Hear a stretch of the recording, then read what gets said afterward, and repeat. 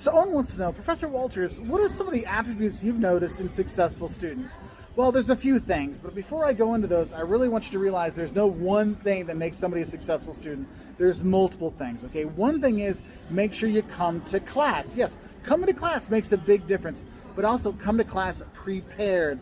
Study the notes, read the book beforehand, so then you get more out of the actual lecture than just what the professor's saying. You get much more out of it when you've done both going to class and reading the materials beforehand. Another thing that's important for a successful student is don't let your phone or your laptop dictate your day. Because when I have students in class and they just stare at their phone all the time, or they have their laptop and YouTube sucks them in, that's how you become an unsuccessful student, because you're not paying attention.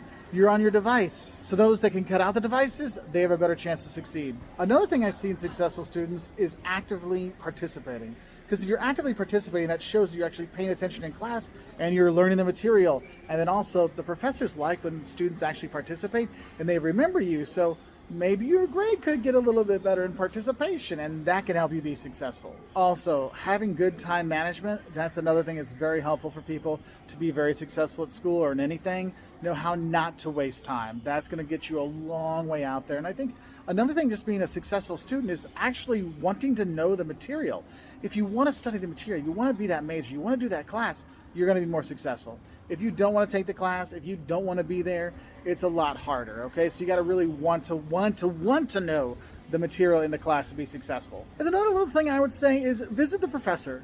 Because if you're interested in the class or you want to do well in the class, it doesn't hurt to actually go and talk to the professor to see what the more important things are. And you might actually see you actually enjoy the course more once you get to meet the professor. So, Owen, I hope this helps you know some tips I've seen or some traits I've seen in successful students over the years. So please, if you have other advice for students to be successful, professors out there, teachers out there, put it down in the comments below so we can help other students be successful just like you, Owen.